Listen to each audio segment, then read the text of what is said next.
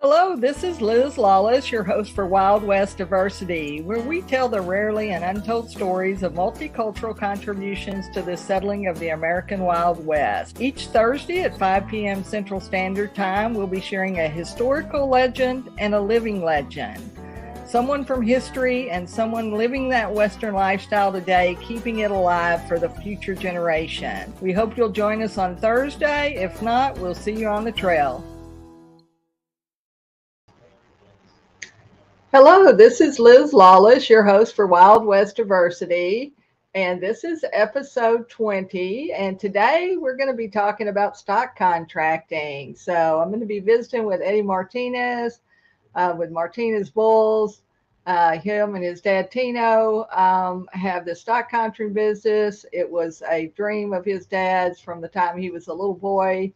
And now he's in his late 70s, and he was able to achieve that dream of having his own bulls, raising his own bulls, and using those bulls in the rodeo. So that's what we'll be talking about here shortly. But first, I wanted to encourage you. We are having a special drawing for two Sidekick wallets, episode 17 with Lance Dubray. We talked with Lance about coming up with this idea for a product, a Western product, and taking it through production to market, selling these things. And we actually have two of these that we're going to be giving away. And so the way you can get into the drawing is to go to our YouTube channel, watch episode 17. That's Lance Dubray. It's the Sidekick Wallet episode. And put in the comments, put me in the drawing, and give us your name or your email. But the main thing is to punch that red button and subscribe. Give us your name. We'll put your name in the drawing. We'll give it about a week. And then I guess next week, week after next, we'll do the drawing and we'll announce who the two winners are. So we'll give people a little bit of time to watch that episode 17. So if you go to the YouTube channel, you type in Wild West Diversity, just search it. You'll find our channel.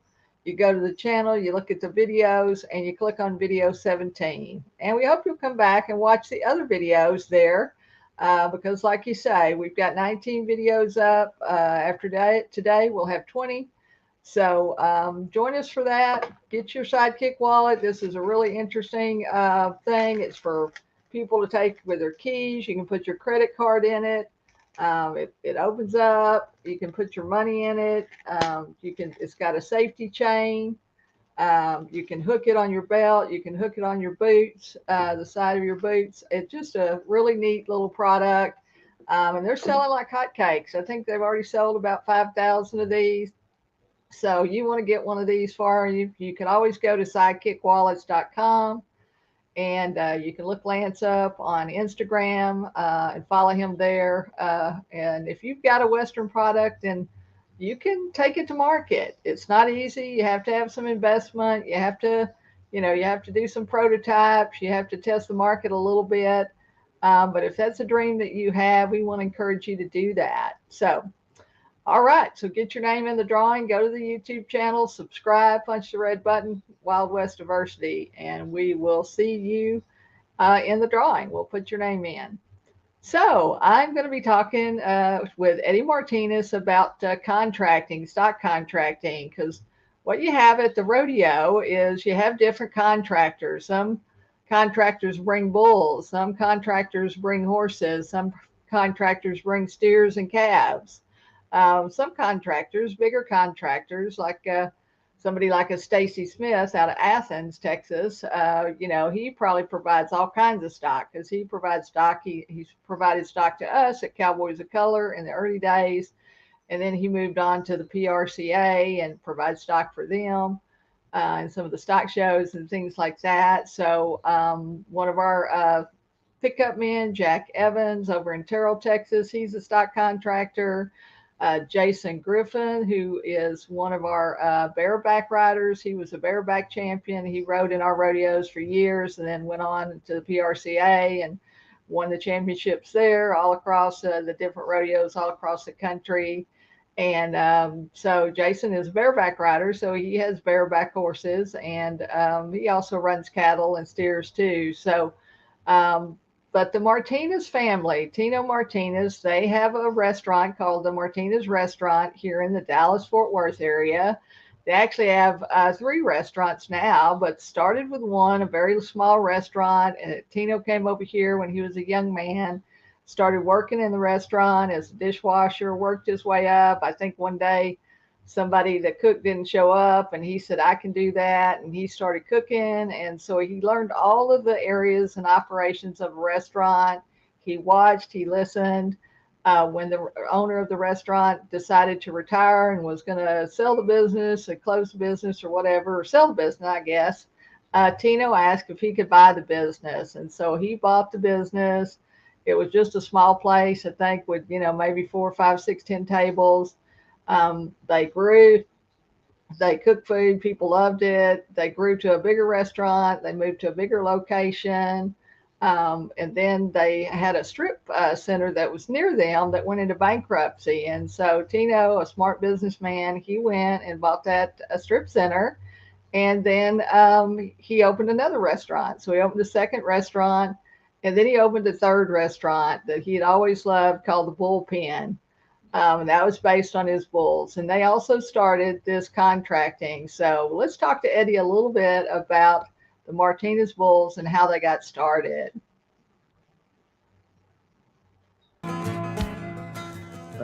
Martinez Bucking Bulls was founded by Tino Martinez around 2005. And of course, he's my dad. And we had bulls in Mexico for a long time, but we never had bulls here. And slowly but surely he wanted to have bulls here closer to him, to where he didn't want to go back and forth to Mexico. So that's when we Martinez Bucking Bulls was founded in 2005 here in Sunnyvale, Texas, with a couple bulls that he bought from Terry Carter.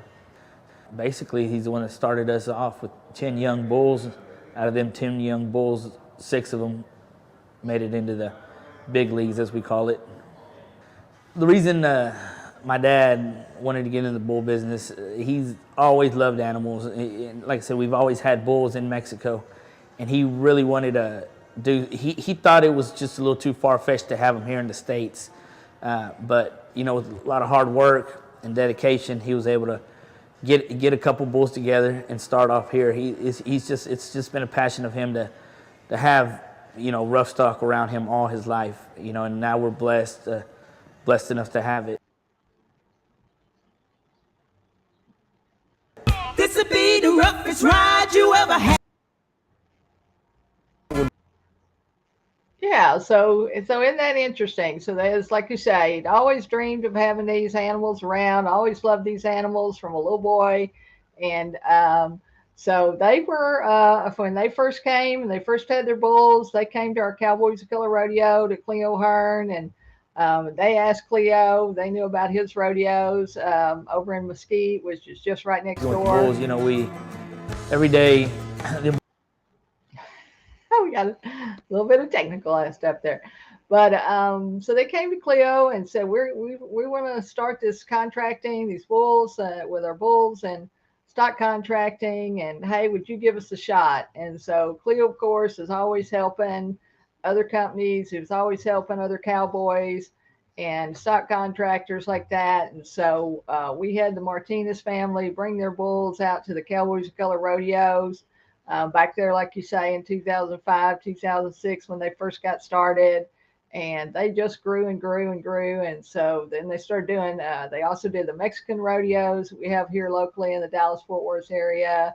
And they did our rodeos all around. And then they moved on to the PRCA, which, for those of you not in the rodeo business, that's the Professional Rodeo Cowboy Association. And that's the biggest rodeo association of all. That's the goal from all of these guys and gals. They want to be in the PRCA. They want to have their card. They want to go to Las Vegas. Las Vegas that's the show you maybe have seen on the TV or seen commercials for. In December, what happens is rodeo cowboys compete from January at the start at the Fort Worth Stock Show and Rodeo. They compete all year long up till about October, take off in November. But then all of their winnings are added up. All of their prize money is added up. And those people that have won the most and have the highest levels at the highest levels and have the highest money wins, they're the ones that get to go on to Las Vegas for the first 10 days in December. And so they go to Las Vegas and compete, and that's where they really win some of the big money, hundreds of thousands of dollars. A lot of deals get made there. A lot of sponsorship deals get made there because all the big Western companies are there participating, and they have their people that they're using as sponsors that are promoting their products. And these young kids coming up, I mean, that's the goal for most of them. They want to get there. They want to win. They want to be a champion, and they want to win the money. So that's what it's all about. So.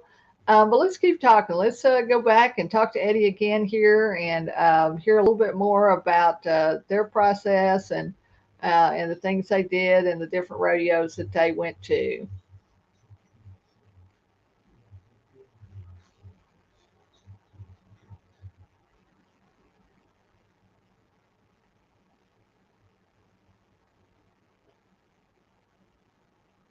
Well, maybe not.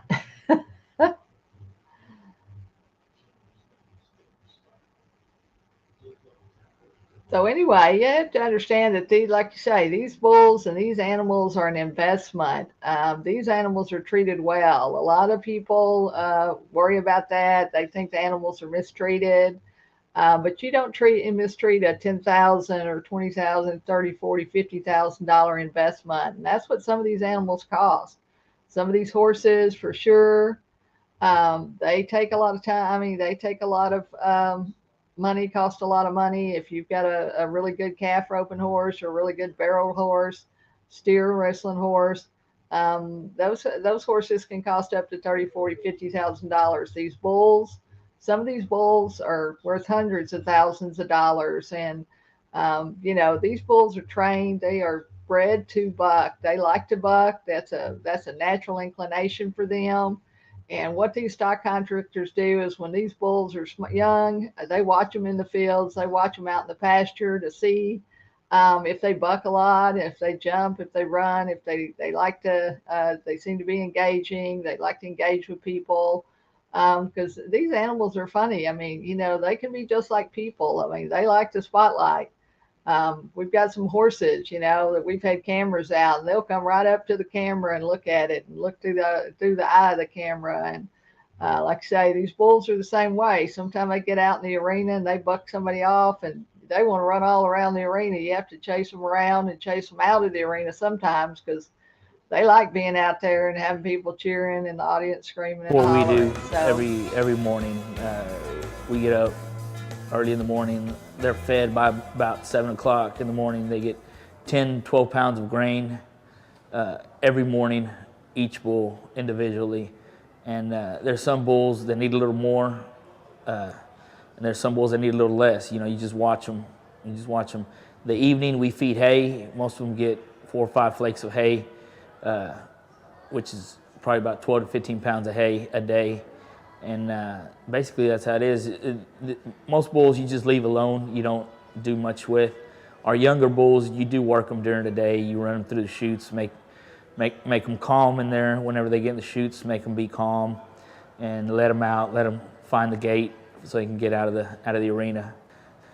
When they get to the event, you want them to be calm, relaxed, and for them to know what they're doing. If they get there and they don't know what they're doing, then they waste a lot of their energy in the bucking chutes, trying to lay down, trying to rear up or anything, so they don't get a fair out, So you try to get them to the event as best you can, and that's what we try to work on here at home. Our favorite bull is a little bull called Far West, 31 Far West. He went to the finals 3 times. That little bull, I saw him at an open rodeo on Friday afternoon or Friday evening in San Antonio. Then we went to a charity bull riding on Saturday, and that same bull was there. And he bucked really good on Friday night, and kind of caught my eye. And then Saturday I said, there's that little bull again. He was little. I mean, he was just a 3-year-old when I saw him. And Saturday evening, he bucked again. And I said, man, that little bull has a lot of heart. He bucked again. Anyways, I didn't think nothing of it. I talked to Sunday afternoon. We went to bull riding, which wasn't very far from there, and that bull was there again. He got bucked 3 times in 3 days, and he bucked just as good or even harder that third time. I walked up to the guy that owned him, and I said, hey, what do you want for this little bull? Anyways, make a long story short, we cut a deal, and I got home on Monday, and I said, hey, I told my dad, they're delivering a bull for us here.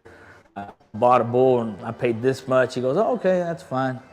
He looks good. I said, yeah, he looks good. He bucked really good. Well, when he got here, you couldn't even see him out of the trailer. He was so short. And he's going like, where's that bull at? I said, he's in there somewhere. And we unloaded him. The guy unloaded him.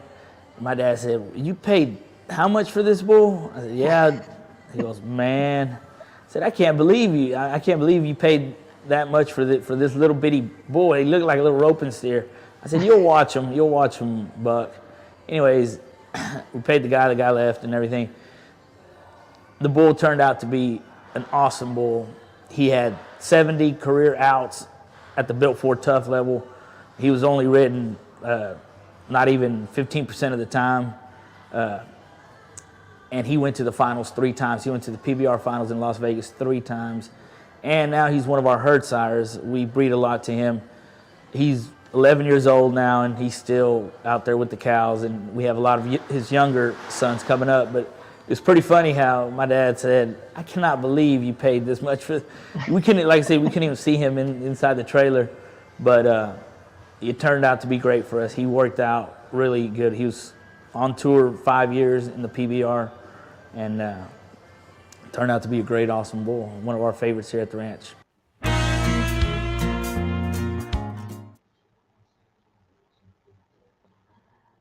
Yeah, so isn't that great? So see, you never know. That's what you got to be. You got to be around animals. You got to love animals. You got to watch animals. Did you hear were y'all listening? Did you hear what Eddie said? He said he saw this bull on Friday night. He bucked really well. He kind of liked him. You saw him again on Saturday.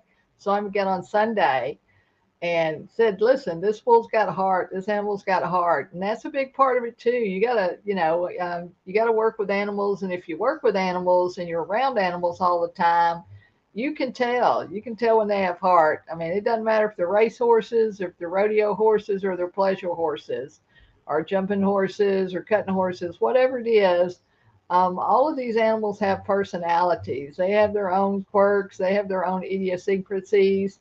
But like you say, so really excited there that, like you say, that the Martinez family was able to establish this dream that they had of wanting to have bulls. And the PBR, that's the Professional Bull Riding Association. That's another outfit. That's the other big bull riding organization in the country that bull riders want to be a part of. The PRCA has all of the rodeo events. They have bull riding, bareback, saddle bronc, team roping, calf roping, steer wrestling, ladies barrel racing, and the PBR, which is a special group of professional bull riders that kind of created their own association, and it's just for rural riders. They only do bull riding, and so you can go and see one of those shows. They have those shows around the country.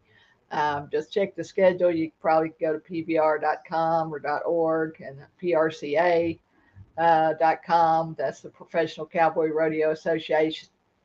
If you want to learn more about that, if you want to see where their rodeos are at, like I say, they have rodeos all over the country, all across the Southwest, all across the Midwest, more to the western side than to the eastern part of the country, but from the Mississippi West, you'll find a rodeo almost every weekend. And this past weekend, 4th of July weekend, that's one of the biggest rodeo days of the year. So there are rodeos all over the country celebrating the 4th of July with parades and everything else. And so that's a big time. July is a big time for that.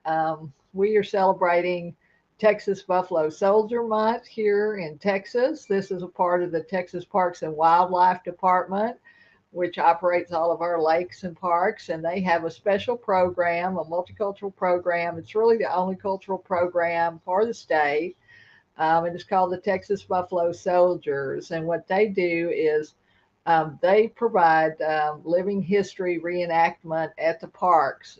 They also go out to schools and they provide curriculum, historical based curriculum, telling the stories of these Black soldiers that we've talked about here on our show. So, in the past, you've heard us, we talked to Sam Allen, who's a part of the North Texas Buffalo Soldiers. That's one of their groups for the Texas Parks and Wildlife groups. It's one of their subsidiary groups that works out of North Texas, works with kids and teaches kids this history and teaches kids discipline. He teaches them to take care of animals and to be proud of themselves and to know their history and be connected to their heritage. So that's what all this is about. I told you last week about Isaiah Mays, Corporal Isaiah Mays, and Sergeant Benjamin Brown, who won medals of honor for their gallantry and not leaving the field of battle when bandits attacked the pay wagon, and stole the payroll money.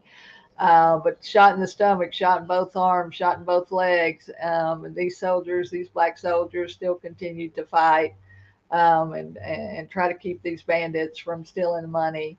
So we talked about Henry Flipper, who was the first graduate of West Point, the first African American to graduate from West Point, who was an engineer who then created these trenches to help to move the water so that there wouldn't be malaria. They were having incidences of malaria and stuff because of the stagnant water, because the water was sitting and the mosquitoes and stuff were building up. And because he was an engineer, he was able to divert the water and build things to help do that. So I hope you'll go back and watch these past episodes. I hope you'll check out. We've got some rodeo cowboys. We've talked to rodeo announcers. Next week coming up, we'll be talking to Abe Morris, who was a bull rider himself. Abe was a bull rider at college. He went to college on a rodeo scholarship and a bunch of academic scholarships because he's a very smart guy. And he rode at college rodeos, and then he rode professionally. Then later on, he became a rodeo announcer, and he's only one of two Black or African American rodeo announcers for the PRCA, the Professional Rodeo Cowboy Association. And now he is baking cookies. So I'm always kidding him about being the next Mrs. Fields, but he told me on that he wanted to be the more famous than Amos. And so you got to be a certain age to know who Amos is, but y'all go look Amos up. But Abe Morris will be coming up next week. And after Abe, we'll be talking with Russ T. Crawdaddy Smith.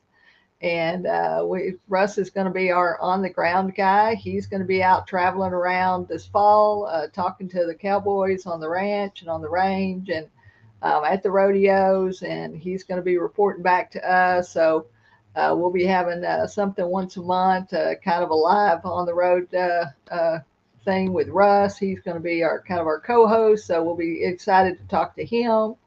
And then the week after that, the last week of the month, Thursday of the month, we're going to be talking to Luis. And Luis is in charge of the Texas Parks and Wildlife, Texas Buffalo Soldier Program. So we'll have some video there, some footage from them, and he will be telling us about maybe the future direction of the program and what they have coming up. Obviously, with COVID, that's held up a lot of the programs. A lot of the parks were not open for periods of time, but they're gradually opening those things back up. So we hope that you will do that. So go to wildwestdiversity.com. You can get our written stories about the different episodes and the different people we've interviewed here on the show. You put in your email and subscribe. It's free. You just check on none, and then you'll get the free version. If you want to do the paid version, it's only $9 a month or $99 a year. So go ahead and sign up there. Be sure to go back, like I say, and sign up for our Sidekick wallet. Tell us that you've signed up. Put it in the comments and watch Lance's show, episode 17. And today, the last thing I want to do is I really, really am just excited and delighted that I have a new book coming out. This is the first book that I've had out in a few years. We did a few coloring books last year, but other than that, the last book I have written was Western Legends, Yesterday and Today, and y'all have seen that. We've talked about that here on the show, but I'm very excited to say that we have taken this book and we're doing a children's book. So we're taking the characters from this book and we're creating scenes for them. This book is a little bit for older kids. This is for maybe middle school and up, so 7th, 8th grade up to about adults. And as you can see here, we've just had kind of the headshots of these people and their stories and stuff. But what we've done now is we've taken these characters, these historical characters, and so we'll have a Western Legends, African Americans, Book 1, which will be historical characters that we've talked about here and that you've seen and that you've watched some of the videos and heard some of the recordings, the audio recordings, narrations. And then after that, the second book that we're going to be doing that will come out later in the fall will be the living legends. So the people that we've been talking to here on Wild West Diversity that we've interviewed, people like Kevin Woodson, people like Cleo Hearn. We talked about those different folks. I mean, Abe Morris is coming up next week. All of those guys are going to be in a children's book, and you're going to see their characters drawn and illustrated and in coloring book and character form for our children's books that we'll be launching here next week. So we're going to launch the historical characters next week, and then we'll be launching the living legends probably in late September or October. I hope you'll be looking for that. Those things will be available on Amazon, on Barnes & Noble, any of the bookstores, any of the platforms. They'll be available in paperback and ebook format, just in case if you want to get the kids in the car or something, or maybe at practice, or we'll still have a chance for maybe some summer reading before the kids go back to school. Also be a great Christmas present. So I hope you'll buy multiple copies and give them to everybody you know. And help us get ranked to number 1. Y'all, as y'all know, maybe some of y'all know, I'm in the book business in my other life. And so we're always trying to get to number 1 on Amazon with our clients' books and our books. So check us out there, but be sure to visit us at wildwestdiversity.com for our print e-newsletter that goes out weekly. If you like podcasts, all of our episodes, the 20 episodes that we have, 19 of those are available on your podcast platform. So whatever your favorite platform is, we're probably there. So if you go to the platform, Spotify, iTunes, Anchor, whatever it is that you like and you use or you listen to, just put in Wild West Diversity or Liz Lawless, and that's going to come up for you. So you can listen to these episodes if you prefer to do that, maybe while you're working out, maybe on your commute. If you're driving to work and back and you've got a long commute, you can do that. And you also can subscribe to that podcast so that you'll get notified anytime we post a new episode. So same thing. That's why we want you to subscribe to the YouTube channel, because once you do that, you'll get notified when a new video comes up. We load up a new video like this video here. Once we finish up today, it gets archived to the YouTube channel. Right now it's running live on LinkedIn, Facebook, and YouTube. So you can watch on any of those platforms every week on Thursday from 5 p.m. to 5:30 Central Standard Time. We are here interviewing a living legend, also talking about those historic legends too. So don't forget, subscribe to YouTube, subscribe to the podcast, and subscribe to wildwestdiversity.com. We always are interested in your comments. If you've got somebody you think we need to interview that's in the Western Legends, that's a legend, that's maybe not got any exposure, doesn't matter if they're an artist or a cowboy or a cowgirl, maybe they're in West cooking, maybe they're a chef, maybe they're a chuck wagon chef, or maybe they cook barbecue like we have with Tyrus Nolan. Tyrus not only are one of our leaders of our Pony Express relay teams, the East Texas Express, but he also, him and his crazy brothers, have a barbecue restaurant. We talked about that last week. So go check out those interviews. Come back and see us here every week at 5 p.m. Central Standard Time on Thursday. And thanks so much. And if we don't see you here on the show, we hope to see you on the trail. Have a great day and happy 4th of July.